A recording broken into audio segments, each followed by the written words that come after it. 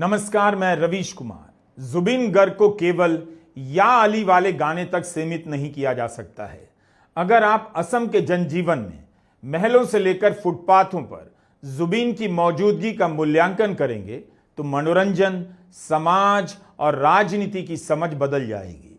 जिस असम से आने वाली सांप्रदायिक राजनीति की धमक दहशत पैदा करती है, उसी असम में कोई ऐसा भी सितारा था जो सबका प्यारा था।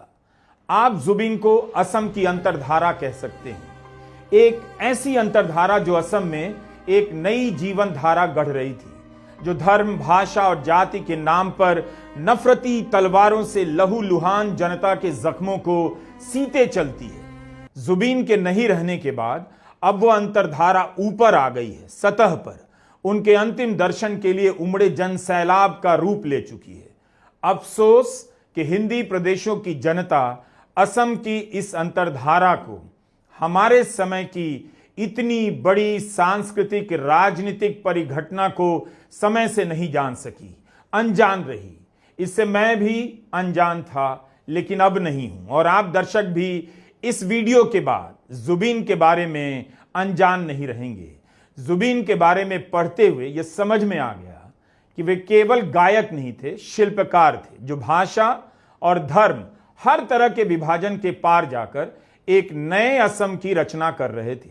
जुबिन की गायकी से और उनके जीवन से आप राजनीति को बिल्कुल अलग नहीं कर सकते, बल्कि राजनीति ही जुबिन को गढ़ती है। यह वीडियो जोरहाट का है। 21 सितंबर की रात हजारों की संख्या में लोग बाहर निकल आए, मोबाइल फोन की बत्तियां जलाकर मांग करने लगे कि जुबिन का अंतिम संस्कार पैतृक जिले में होना चाहिए। जुबिन के पिता और जुबिन की पत्नी ने कहा है कि अंतिम संस्कार गुवाहाटी में किया जाएगा। मुख्यमंत्री हेमंता बिस्वा शर्मा ने कहा है कि जोरहाट में भी जुबिन की याद में भव्य समाधि बनवाई जाएगी। केवल जोरहाट ही नहीं, असम के हर हिस्से में लोग इसी तरह सड़कों पर निकले हैं और अपने गम का इजहार कर रहे हैं। पूरे असम में मातम छा गया है। लोग खुद को संभाल नहीं पा रहे हैं, लेकिन संयम में हैं। जुबिन का ही असर है कि कहीं कोई अव्यवस्था नहीं।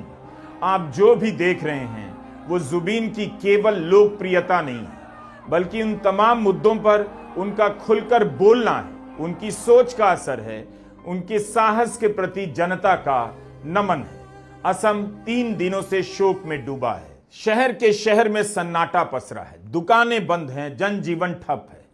जीवन भर असमिया पहचान को सबसे आगे रखने वाले जुबिन आज असम की पहचान बन चुके हैं। सारा असम, चाहे किसी भी दल से जुड़ा हो, जुबिन को इसलिए भी पसंद करता है क्योंकि जुबिन राजनीतिक थे।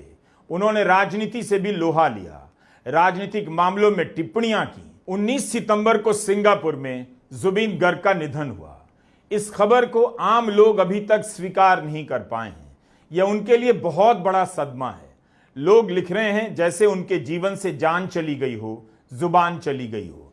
आखिर हम क्यों नहीं जान सके जब जुबिन अपने गीतों, अपने व्यवहार, अपनी जीवन शैली से असम के घर घर में घर बसा रहे थे। किसी भी धर्म के हों या जाति के हों, बड़ों के लिए बेटा, हम उम्र के लिए दोस्त और छोटों के लिए भैया, सबके लिए जुबिन दा। नेशनल मीडिया जुबिन गर्ग के महत्व को बताने में नाकाम रहा। उसे असम से उभरता हुआ एक नेशनल आइकॉन नहीं दिखा, ना तो जुबिन के जीवन काल में, ना जुबिन के जाने के बाद। नेशनल मीडिया ने तब भी समझने का प्रयास नहीं किया जब असम भर से लाखों लोगों के गुवाहाटी पहुंचने की खबरें आने लगी। 2 दिनों से गुवाहाटी के सारू सजाई स्टेडियम में लाखों लोगों का आना जारी है, जो जुबिन गर्ग के अंतिम दर्शन करना चाहते हैं। लोग जुबिन के पार्थिव शरीर तक पहुंचने के लिए रात रात भर लाइन में हैं। कहीं कोई भगदड़ नहीं। उनकी शोक यात्रा के बारे में कई लोगों ने लिखा है। लोग मौन होकर चुपचाप चलते रहे, रोते रहे। एक गायक और संगीतकार के चुप हो जाने से पूरा असम चुप हो गया है। यहां आने वाले लोगों में हर जाति, धर्म, भाषा के लोग मिलेंगे। यह जुबिन का कद और प्रभाव था कि बिहू के समय में हिंदी में भी गाने बजने लगे। विरोध करने पर भी गाते थे और गाकर विरोधियों को चुप करा देते थे, क्योंकि कौन गा रहा था यह सबसे बड़ी बात थी। जुबिन अपने आप में असम की नई जुबान बन गए थे। केवल गुवाहाटी में नहीं, असम के अलग अलग शहरों में, कस्बों में, गांवों में जुबिन गर्ग को याद किया जा रहा है। जुबिन ने उन्हें एक अलग जुबान दी, हिम्मत दी और कई प्रकार के गाने दिए कि जब भी राजनीति नफरत की तलवार चलाए गुनगुनाओ, जब कुछ अच्छा सा ना लगे तब भी गाओ, जब कुछ अच्छा लगे तब झूम उठो। यहां आने वाला हर शख्स जुबिन के इस योगदान को जानता है। वह इसी बात के लिए श्रद्धांजलि देने आया है कि जुबिन ने अपने समय में गलत को गलत कहा और वही किया जो मोहब्बत और आपसी भाईचारे के लिए सही था। डिम्पी कोच ने लिखा है, यह केवल अंतिम यात्रा भर नहीं है, यह प्रेम की विरासत है। असम अपने बच्चों को सिखा रहा है किसी आइकॉन के निधन का शोक कैसे मनाया जाता है और शोक की इस घड़ी में कैसे उस विरासत को अपनाया जाता है, उसका हिस्सा बना जाता है। यह सब जुबिन के प्रशंसकों, जुबिन की फिनोमेना को अध्ययन करने वाले लिख रहे हैं। मोर कोने जाति नहीं, मोर कोनो धर्मो नहीं, मोई मुक्तो, मेरी जाति नहीं, मेरा धर्म नहीं, मैं मुक्त हूं। यह केवल नारा नहीं, दर्शन है। मेरी कोई जाति नहीं, कोई धर्म नहीं, मैं कंचनजंगा हूं। यह भी जुबिन के बोल हैं। खुद को कंचनजंगा कहने का मतलब है वे सब के हैं। प्रकृति किसी के साथ भेदभाव नहीं करती, पहाड़ किसी के साथ भेदभाव नहीं करते। यह सब उस असम में इसी समय में कोई गायक कहने की हिम्मत रखता है और लोग उसे पसंद करते हैं। जिस असम की राजनीति धर्म के नाम पर बोली जाने वाली नफरती जुबान में डूब गई है और दूसरे प्रदेशों में भी उसका असर हो रहा है। अखबारों और चैनलों के जरिए असम से छनकर जो सियासी बयान दिल्ली तक पहुंचते हैं, नफरती टोन में डूबे होते हैं। हाल ही में जब असम बीजेपी ने मुसलमानों को लेकर एक विज्ञापन बनाया तो ट्विटर पर उसे लेकर बहस छिड़ गई। आलोचना होने लगी कि इस विज्ञापन में नफरत है, लेकिन उसी असम में एक ऐसा गायक लोगों के दिलों में जगह बनाता गया जिसके पास मोहब्बत की एक नई भाषा थी। पूरे देश ने सही समय पर असम में मौजूद इस दिव्य शक्ति को पहचानने में चूक कर दी। हम नहीं देख पाए कि उसी राज्य में जुबिन गर्ग भी हो सकते हैं, जिस राज्य में राजनीति की भाषा नफरती हो चुकी है। अनगिनत लोगों ने लिखा है कि जुबिन गर्ग किसी भी सरकार से नहीं डरते थे। गलत को सामने से गलत कहते थे, मंच से कह देते थे, घंटा काको खातिर नो कोरू, घंटा मैं किसी से डरने वाला नहीं हूं। जुबिन का यह संवाद लोगों को हिम्मत देता था। The unruly rebel king of a restless heart, Zubeen Garg. अनी हरालू का यह लेख एक लाइन में जुबिन को परिभाषित कर देता है। अशांत दिल का बागी बादशाह जुबिन गर्ग। अनी कहती हैं वो भाषाओं के पार गाता था, मंचों से गुस्सा उगलता था, अपनी कमाई लुटा देता था, मंत्रियों का मजाक उड़ाता था और जाति की सीमाएं तोड़ देता था। जुबिन गर्ग सिर्फ असम में जिया नहीं, वह उन तूफानों की तरह उससे गुजरा जिनके साथ वो झूमा करता था। आप बताइए, आज की तारीख में भारत में कितने ऐसे लोकप्रिय गायक हैं जिनके लिए ऐसा लिखा जा सकता है? क्या कोई भी गायक है, किसी का नाम आप बता सकते हैं जिनके बारे में उनके प्रशंसक यह सब लिख सकते हैं? बॉलीवुड के कलाकार फिल्मों में काम न मिलने से डरते हैं। एक फरमान के आगे, एक इशारे के आगे झुक जाते हैं, चुप हो जाते हैं। नफरती राजनीति का खुलकर विरोध तक नहीं कर पाते। लेकिन जुबिन इन सब से अलग हैं, बागी और विद्रोही। इसकी चिंता नहीं करते थे कि उन्हें काम नहीं मिलेगा। आज भारत की हर संस्था एस्टेब्लिशमेंट की गुलाम हो गई है। उस भारत में एक गायक एंटी एस्टेब्लिशमेंट होकर गुजरा है और हम अनजान रह गए। जुबिन के बारे में जितने लोगों ने लिखा है, सबने इसे रेखांकित किया है, बताया है कि जुबिन ने नागरिकता कानून का विरोध किया और खुलकर किया। नागरिकता कानून के विरोध में असम में जब प्रदर्शन हो रहे थे, मंचों पर जाकर विरोध कर रहे थे। एनटीसीए के वक्त जुबिन का नारा था, मोई अहोमिया मोर धर्मो अहो, मैं असमिया हूं, असम ही मेरा धर्म है। उनका यह संवाद आग की तरफ फैल गया। जुबिन ने अपनी कला और राजनीतिक सक्रियता से असम की राजनीतिक चेतना को जागृत करने का प्रयास किया। असम सरकार ने राजकीय शोक को एक दिन के लिए और बढ़ा दिया। 4 दिनों के शोक के बाद सोनापुर में राजकीय सम्मान के साथ जुबीन का अंतिम संस्कार किया जाएगा और कामरूप में 10 बीघा जमीन पर उनका भव्य स्मारक बनेगा। असम सरकार की कैबिनेट बैठक में जुबीन के लिए मौन रखा गया। अरुणाचल प्रदेश सरकार ने भी अपनी कैबिनेट मीटिंग में जुबीन के लिए मौन रखा। असम सरकार से लेकर मुख्यमंत्री के सोशल मीडिया हैंडल पर जुबीन ही जुबीन है। उस असम में जहां दिल्ली के पत्रकारों पर एफआईआर हो जाती है, उस असम की सरकार एक बागी और विद्रोही गायक जुबीन गर्ग के अंतिम दर्शन और अंतिम संस्कार से जुड़ी सारी व्यवस्थाओं में जुटी हुई है, जिसका विरोध करने में जुबीन ने कभी कोई संकोच नहीं किया। जुबीन की लोकप्रियता उनकी न्यायप्रियता के कारण थी। वे जनता की अंतरात्मा के प्रतिनिधि बन गए और भारत को खबर तक न लगी। अनी हरालू ने जुबीन के बारे में लिखा है, 1990 के दशक में जुबीन मशहूर हुए जब असम बगावत और कर्फ्यू के दौर से गुजर रहा था। उन बंद रातों में छोटे कमरों में कैसेट क्लिक करके बजती वही ध्वनि जिसने बाद में प्रेम में डूबे विद्रोही और नए रास्ते तलाशते युवाओं का साथ दिया। जब वे मॉल और कॉल सेंटर की तरफ बढ़ रहे थे, रेडियो ने खालीपन भरा। फिर आया फोन, लैपटॉप, एफएम और प्लेलिस्ट का अंतहीन चक्र। 2006 में उन्होंने हिंदी फिल्म के लिए या अली गाया और वह गीत पूरे भारत में दौड़ गया। लेकिन वे लगातार असमी एल्बम बनाते रहे और घरेलू फिल्मों में संगीत देते रहे। उनकी आवाज भाषाओं की सीमाएं पार करती रही, पर उनका बर्ताव जिद्दी तौर पर उनका अपना ही रहा। अनी हरालू साहित्यकार हैं, लेकिन इन बातों को आम जनता ने भी लिखा है। क्या कोई आज की तारीख में बॉलीवुड के किसी भी बड़े सितारे के बारे में ऐसा लिख सकता है? भीड़ आ सकती है, लेकिन जिस तरह का विश्लेषण जुबीन के लिए किया जा रहा है, बॉलीवुड में मेरी जानकारी में ऐसा एक भी शख्स नहीं जिसके बारे में लोग इस तरह टूटकर और डूबकर लिख सकेंगे। जुबीन की बात ही इसलिए हो रही है कि वे सरकार और राजनीति से लोहा लेने में पीछे नहीं हटते थे, लोगों की मदद करने में 4 कदम आगे रहते थे। असम की जनता को भरोसा था उनका जुबीन बॉलीवुड के गाने के लिए, फिल्म में एक रोल के लिए, कुछ करोड़ के लिए बिक नहीं सकता, चुप नहीं हो सकता और झुक नहीं सकता। जनता तकलीफ में होगी तो जुबीन का दरवाजा खुला मिलेगा। मैंने अपने फेसबुक पेज पर बस इतना लिख दिया कि जुबीन गर्ग के प्रति लाखों लोगों का उमड़ना केवल उनके गाने की वजह से नहीं लगता। इस गायक ने जरूर जनता के साथ गहराई के स्तर पर रिश्ता बनाया होगा जिसे हम नहीं जानते। मेरा बस इतना लिखना था कि सैकड़ों कमेंट आ गए। आमतौर पर इतने लंबे लंबे कमेंट नहीं आते, लेकिन जुबीन को याद करते हुए लोगों ने लिखना शुरू कर दिया। इनमें भी मिस यू जुबीन टाइप की खानापूर्ति नहीं थी।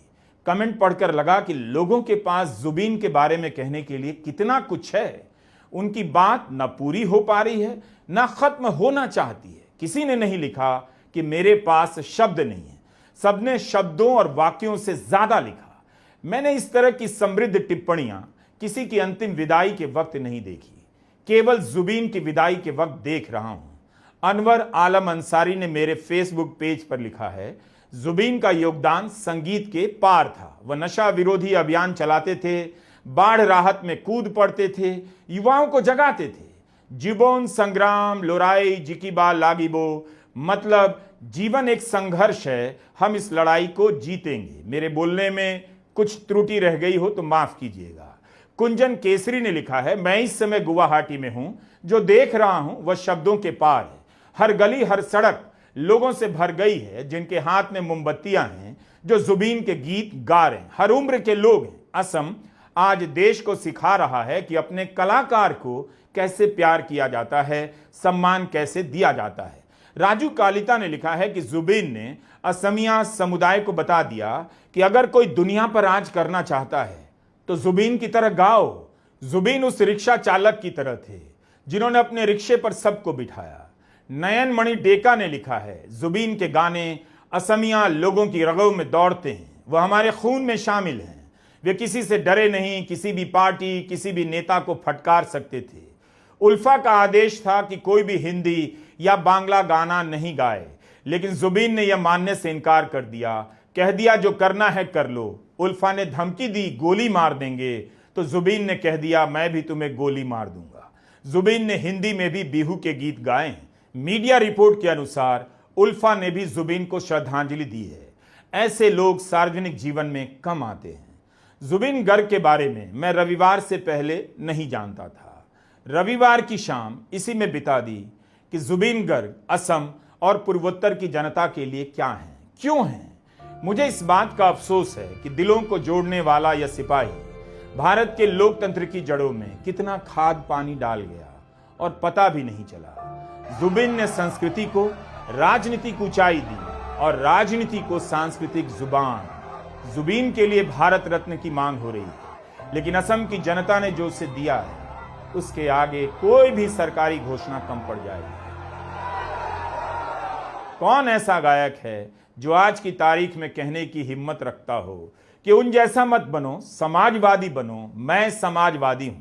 खुद को सोशल लेफ्टिस्ट की पहचान के साथ गाते थे और राज कर रहे थे। उन्होंने जिस भी सोच को नकारा, जनता ने उस सोच को नकार दिया।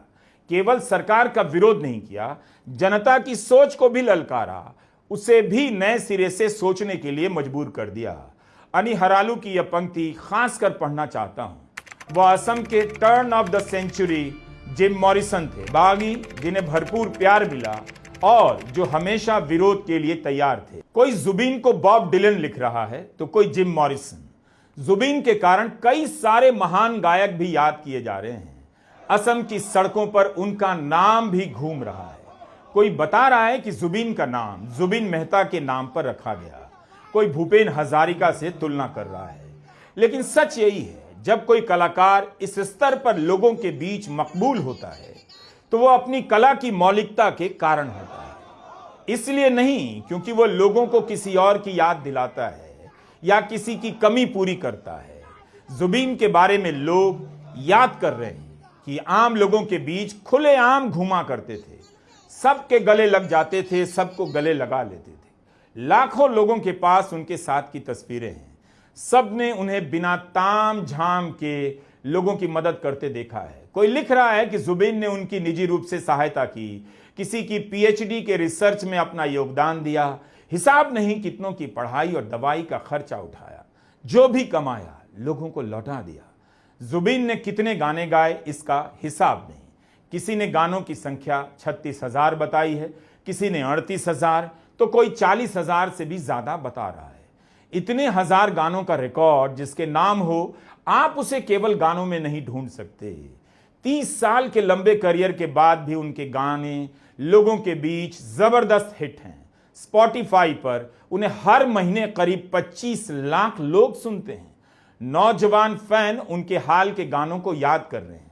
पुराने फैन लिखकर बता रहे हैं उन्होंने जुबीन की कौन सी कैसेट सबसे पहले खरीदी। अनामिका, रॉन्ग, मुक्ति। कलाकार सिर्फ अपनी कला के कारण ही लोकप्रिय नहीं होते। कलाओं का हमारे जीवन में कोई एक अलग डिपार्टमेंट नहीं होता, उसका विस्तार हमारी सामाजिक, धार्मिक, राजनीतिक चेतना में होता है। संगीत सिर्फ धुनों का कोई तंत्र नहीं जिसमें हम प्रवेश करते हैं और फिर उससे निकल आते हैं। हम अलग अलग संगीत से अलग अलग तरह से जुड़ते जाते हैं।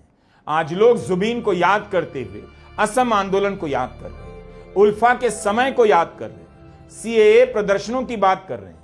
कभी खुद को आस्तिक कहते थे, कभी शिव भक्त, मगर हमेशा अपने आप को असमिया कहते थे। बार बार उनके चाहने वाले यह बात याद दिला रहे हैं, वे असम की पहचान थे। 19 सितंबर को उनके निधन की सूचना के बाद से असम सोया नहीं। एक फैन ने लिखा है, वे एक व्यक्ति ही नहीं थे, वे असम का तारा, सितारा, किसी का भाई, किसी का बेटा, वह गरीबों का मसीहा था। वो असम की आवाज था, एक अकेला सभी सरकारों पर भारी था। असम के हर जाति, जनजाति, धर्म के लिए कई सारे गाने गाए और ढाल बने। जुबीन के चाहने वालों ने यह भी लिखा है, जुबीन का पब्लिक कनेक्ट अद्भुत। सड़क पर ठेले वाले से लेकर कॉलेज प्रोफेसर, बड़े बुद्धिजीवी तक हर किसी के पास जुबीन से जुड़ी कोई ना कोई याद है।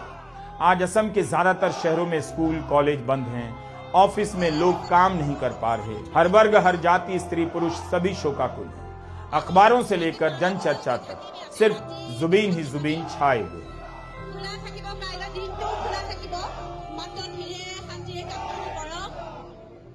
Kaminida? 1992 में पहली एल्बम अनामिका से जुबीन का सफर शुरू होता है।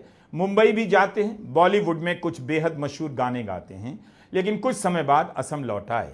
यहाँ की संगीत फिल्म इंडस्ट्री से जुड़ गए, अभिनय भी किया, प्रोडक्शन भी। अपने दम पर असमिया फिल्म उद्योग में जान डाल दी। सिर्फ असम ही नहीं, पूर्वोत्तर में भी मशहूर हुए। मुंबई से वापस आने को लेकर इसी साल जनवरी में पावेलोपीडिया नाम के यूट्यूब चैनल से एक साक्षात्कार में उन्होंने कहा, मुंबई में बहुत एटीट्यूड है, उसी से दूर होने के लिए मैं वापस असम आ गया हूं। उसी साक्षात्कार में जुबीन से पूछा गया वे असम के किंग हैं, तब जुबीन कहते हैं मैं कोई किंग नहीं हूं, लेकिन मैं राज करता हूं। दुनिया में अब कोई किंग नहीं, लेकिन अगर आप राज कर सकते हैं तो किंगडम मौजूद है। मुझ में एटीट्यूड नहीं, स्वाभिमान है। मैं यहां राजा की तरह रहता हूं और मैं हमेशा कहता हूं कि किसी राजा को अपना किंगडम नहीं छोड़ना चाहिए। जब वो अपना किंगडम छोड़ देता है तब फिर किंग नहीं रहता। इसलिए मैंने मुंबई छोड़ दी। वहां बहुत एटीट्यूड है। मुंबई में मेरा घर आज भी है, लेकिन वहां बहुत अराजकता है। मैं यहां असम में राजा की तरह मरूंगा। I will die here like a king. Assam की जनता ने अपने इस बादशाह को निराश नहीं किया। वो रात रात भर लाइन में लगी है कि अंतिम दर्शन करना है। लोग अकेले इस सदमे को सह नहीं पा रहे तो भीड़ में शामिल हो जा रहे, और भीड़ में लोग कह नहीं पा रहे, चुपचाप सिसक रहे हैं। अगर आप जुबीन की बात करेंगे तो आपसे भी असम जुड़ जाएगा। उन्हें इस वक्त जुबीन के अलावा दूसरी बात नहीं करनी है। जुबीन के दर्शन की लाइन में असम की राजनीति खत्म हो गई है। सारे विरोध मिट चुके हैं, क्योंकि इंसानियत का रास्ता आज जुबीन से होकर जा रहा है। 2002 में जुबीन गर्ग और गरिमा सैकिया ने शादी की। दोनों ने 15 बच्चों को गोद लिया। उनकी पढ़ाई और जीवन यापन की जिम्मेदारी ली। कोविड के दौरान अपने 2 मंजिला हवेली को कोविड सेंटर में बदल दिया। एड्स और ब्रेन कैंसर को लेकर काम कर रही संस्थाओं की मदद की। जानवरों के साथ मानवीय व्यवहार के पक्षधर रहे। जानवरों की बलि के खिलाफ बयान दिया। आज जानवरों की मदद करने वाली संस्था पीटा ने भी उन्हें याद किया है। बच्चों के शोषण के खिलाफ एक्टिविज्म में भी सक्रिय रहे। उत्साह नाम का एनजीओ चलाने वाले मिगेल दास क्वियाह ने एक लंबी फेसबुक पोस्ट में एक प्रसंग बताया है। 2014 की बात है। गुवाहाटी के चांदमारी इलाके में एक छोटी बच्ची किसी के घर पर बाल श्रमिक के रूप में काम करती थी। मालिक उसका यौन शोषण करता था। एक रात वो घर से भाग निकली, मगर मालिक ने उसे पकड़ लिया। उसे घसीटकर वापस घर की तरफ ले जा रहा था जब पास से जुबीन गर्ग की गाड़ी गुजरी। जुबीन ने उस लड़की को उस आदमी से छुड़ाया। लड़की को पुलिस थाने लेकर गए, केस किया। बाद में जब वो केस कोर्ट में गया तब भी जुबीन ने उस लड़की की सहायता की। इसी पोस्ट में मिगेल दास ने लिखा है कि जुबीन का सेंस ऑफ ह्यूमर भी लाजवाब था। 2014 के केस के वकालतनामे पर जब दस्तखत करने थे तो जुबीन ने कोने में साइन करने की जगह वकालतनामे के कागज के एकदम ऊपर साइन कर दिया, जैसे वो कोई ऑटोग्राफ हो। जब वकील ने कहा कोर्ट यह स्वीकार नहीं करेगा, जुबीन ने बात टाल दी, कहा अरे जाने दो। मगर मजे की बात यह थी कि कोर्ट ने कागज स्वीकार कर लिया। तो अनगिनत किस्से हैं लोगों के पास जुबीन को लेकर। वो असम की यादों में सदियों कायम रहेंगे। अच्छा होता उनकी उम्र कम से कम 1 सदी की होती। असम के उन सभी लोगों का आभार जिन्होंने मुझसे शिकायत की कि हमने वीडियो क्यों नहीं बनाया। उनकी शिकायत नहीं आती तो मैं भारत के इतिहास के इतने महत्वपूर्ण शख्स के बारे में इतना भी नहीं जान पाता। इससे जुबीन को प्यार करने वाले कम नहीं हो जाते कि मैं नहीं जानता हूं, लेकिन वीडियो की स्क्रिप्ट खत्म करते करते यही लगा कि जुबीन को जो नहीं जानता है वह खुद से भी कम प्यार करता है। उन सभी का शुक्रिया जिन्होंने जुबीन के बारे में लिखा, जिनके लिखने से मुझे जानकारी मिली, जिन्होंने मुझे वीडियो भेजे, अपना दुख भी साझा किया। हम आपकी वेदना को समझते हैं। उम्मीद करते हैं कि जुबीन गर्ग अपने अल्हड़पन, बेबाकी और मोहब्बत की जो मशाल आपको देकर गए हैं उसे जलाते रहेंगे। जुबीन के बताए रास्ते पर चलते रहेंगे। नफरत की सियासत को, नफरत की भाषा को हराते रहिए और जैसा कि जुबीन थे वैसा ही बनते रहिए।